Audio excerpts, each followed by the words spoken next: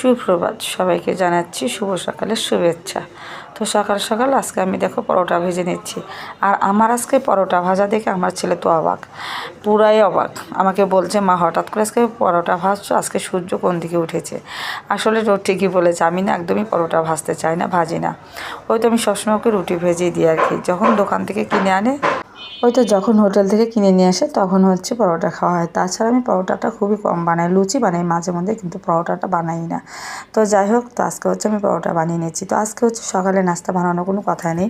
তো শিবার বাবা হচ্ছে ঘরে একটু সুজি ছিল, তারপরে এই তো কলা ছিল, তো সেগুলো খেয়ে নিয়েছে, বলছে আমি আর নাস্তা করব না। তো তারপরে যেহেতু আমি পরোটা ভেজে নিয়েছি, তো জোর করে তো একটা পরোটা খাইয়ে দিলাম, আর হচ্ছে শিবাকে খাইয়ে দিয়েছি। তো শিবা খাইয়ে হচ্ছে পড়তে গেছে, না সরি, আজকে পড়তে যায়নি, হ্যাঁ ভুল বলেছি, রোজ রোজ পড়তে যায় তো এই জন্য আর কি। তো ও আজকে ঘরে আছে, ও আজকে পড়তে যাবে সন্ধ্যার পরে আর কি, 7টার সময়। তো আজকে হচ্ছে বেলে মাছ রান্না করব। তো তার জন্য বেলে মাছগুলো আমি একটু ভিজিয়ে রেখে দিলাম, ফ্রিজে ছিল, ফ্রিজ থেকে নিয়ে ভিজিয়ে রেখে দিয়েছি। তো তো বেলে মাছটা হচ্ছে ভাজা করে নিচ্ছি। আর বেলে মাছ এত সুন্দর করে কড়াইটা মানে মানে করে আর কি আসে, তারপরে হচ্ছে সুন্দর করে একদম মাছটা হচ্ছে ভালো করে কড়াই তাতিয়ে, তারপরে কিন্তু তেল দিয়ে, তেলটা ভালো করে তাতিয়ে নিয়ে মাছটা দিয়েছি।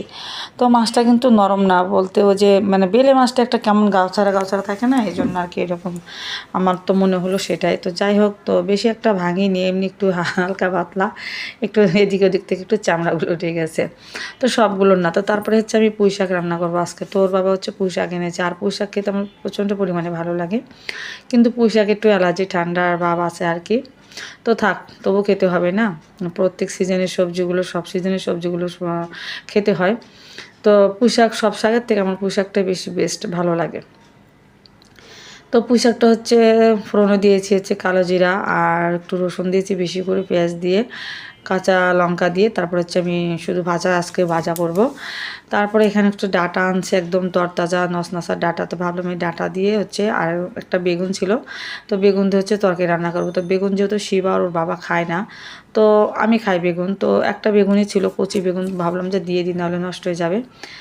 তো যাক, রান্না টান্না হয়ে গেছে, আমাদের খাওয়া হয়ে গেছে। তো এখন হচ্ছে সন্ধ্যার সময়। তো শিবা বলছিল, সন্ধ্যা বলতে বিকেল, আর সন্ধ্যা লাগবে আর কি এরকমই।